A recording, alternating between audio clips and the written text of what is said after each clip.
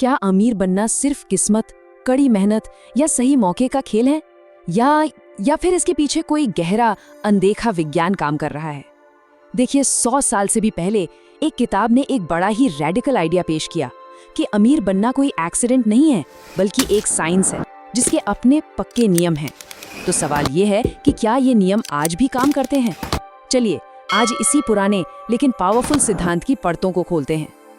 और यही वो एक लाइन है जो इस पूरी सोच की नींव है।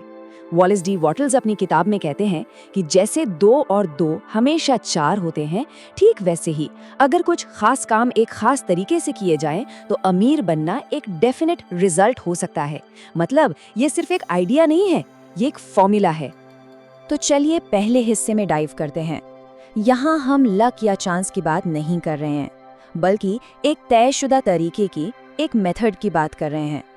इस विज्ञान के हिसाब से दौलत कुछ गिने चुने लोगों के लिए रिजर्व नहीं है, बल्कि ये एक प्रिडिक्टेबल रिजल्ट है जिसे कोई भी एक खास तरीके से काम करके हासिल कर सकता है। अक्सर हमें लगता है ना कि पैसे की चाहत रखना मतलब लालची होना, लेकिन ये किताब इस सोच को पूरी तरह चैलेंज करती है। इसके अनुसार दौलत की इच्छा उतनी ही नेचुरल है जितनी जीने की इच्छा। ये असल में एक बेहतर, एक भरपूर और एक कंप्लीट लाइफ जीने की गहरी चाहत है। एक ऐसी लाइफ जहां हमारा शरीर, मन और आत्मा अपनी पूरी पोटेंशियल तक पहुंच सके। ओके, अब आते हैं दूसरे और शायद सबसे इम्पोर्टेंट हिस्से पर, एक खास तरीके से सोचना। देखिए, यही इस पूरे साइंस की असली फाउंडेशन है। किताब कहती है कि सारी प्रोसेस बाहर की दुनिया में मेहनत करने से नहीं, बल्कि हमारे अंदर, हमारे विचारों में एक फंडामेंटल शिफ्ट से शुरू होती है। ये स्लाइड देखिए, ये 2 अलग अलग दुनियाओं को दिखाती है। एक तरफ है कमी वाली सोच, जो मानती है कि रिसोर्स लिमिटेड है और सफलता के लिए दूसरों से मुकाबला करना ही पड़ेगा। इससे डर और शक पैदा होता है। और दूसरी तरफ है भरपूरता की सोच, जो मानती है कि इस यूनिवर्स में अवसरों और रिसोर्सेज की कोई कमी ही नहीं है। इस विज्ञान को अपनाने का पहला कदम ही यही है, कमी की सोच को छोड़कर भरपूरता की सोच को अपनाना। अच्छा, ये इस साइंस का सबसे गहरा हिस्सा है। किताब के अनुसार ये पूरा यूनिवर्स एक बिना रूप वाली शक्ति, या कह लीजिए एक इंटेलिजेंट एनर्जी से बना है, जिससे सारी चीजें बनती हैं। ये शक्ति हमारे साफ, मजबूत और लगातार विचारों पर रिएक्ट करती है। सीधे शब्दों में कहें तो हमारे थॉट्स ही वो कच्चा माल है जिससे ये शक्ति हमारी रियलिटी का आकार देती है। तो फिर सवाल ये है कि इस क्रिएटिव एनर्जी से जुड़ने का सबसे अच्छा तरीका क्या है? जवाब है कृतज्ञता, यानी ग्रैटिट्यूड। जब कोई अपने पास जो कुछ भी है उसके लिए शुक्रगुजार होता है, तो उसका दिमाग कमी पर नहीं बल्कि भरपूरता पर फोकस हो जाता है। ये डिससैटिस्फैक्शन और डाउट को दूर करता है और मन के दरवाजे और ज्यादा पाने के लिए खोल देता है। ठीक है, तो अब तक हमने थियोरी की, सोच की बात की, पर अब इस सोच को हकीकत में कैसे बदला जाए? चलिए अब देखते हैं वो 3 स्टेप एक्शन प्लान जो विचारों को असलियत में बदलने का एक पूरा रोड मैप है। ये प्रोसेस सुनने में बहुत सीधी है, लेकिन इसे डिसिप्लिन की जरूरत है। पहला कदम है इच्छा, एकदम क्रिस्टल क्लियर पता होना कि चाहिए क्या। दूसरा है विश्वास, एक पक्का अटूट भरोसा कि वो इच्छा जरूर पूरी होगी। और तीसरा है कार्य, हर दिन जो भी काम सामने है उसे पूरी लगन और एफिशिएंसी से करना। ये तीनों मिलकर ही इस साइंस को काम पर लगाते हैं। तो पहले कदम पर थोड़ा और फोकस करते हैं। अपनी इच्छा की एक साफ तस्वीर बनाना इतना जरूरी क्यों है?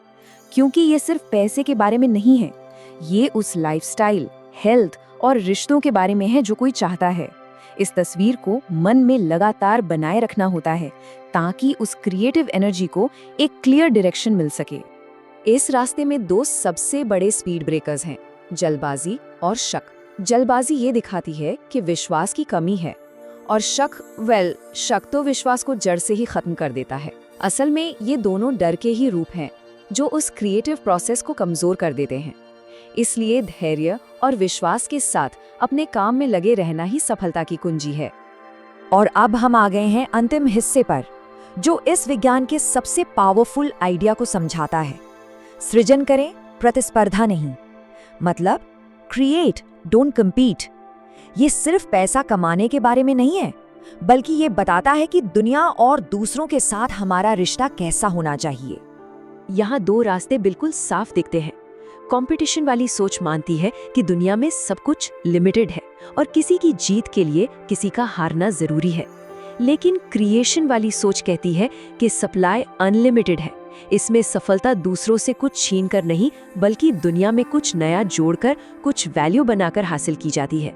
ये दूसरों को नीचे खींचने के बजाय सबको ऊपर उठाने का रास्ता है। तो इस सारी चर्चा के बाद एक सवाल तो मन में आता है कि फिर असली अमीरी, ट्रू वेल्थ है क्या? क्या ये सिर्फ बैंक में जमा हुआ पैसा है या फिर कुछ और जवाब ये है कि अमीरी सिर्फ पैसा नहीं है, ये होने की एक अवस्था है, एक अमीर मानसिकता है। जब कोई इस विज्ञान को अपनाता है तो वो जीवन के हर एरिया में, रिश्तों में, हेल्थ में, मन की शांति में भरपूरता महसूस करता है। पैसा तो इसका एक नेचुरल बाई प्रोडक्ट है, असली गोल नहीं। और आखिर में ये किताब एक बहुत पावरफुल विचार के साथ हमें छोड़ जाती है कि अगर कोई इस विज्ञान को अपना लेता है तो दौलत उसकी ओर ठीक वैसे ही खींची चली आएगी जैसे लोहा एक चुंबक की ओर खींचता है। ये कोई जादू नहीं, बल्कि कॉज एंड इफेक्ट का एक नियम है। और ये विज्ञान किसी का इंतजार नहीं कर रहा, ये सिर्फ लागू होने का इंतजार कर रहा है।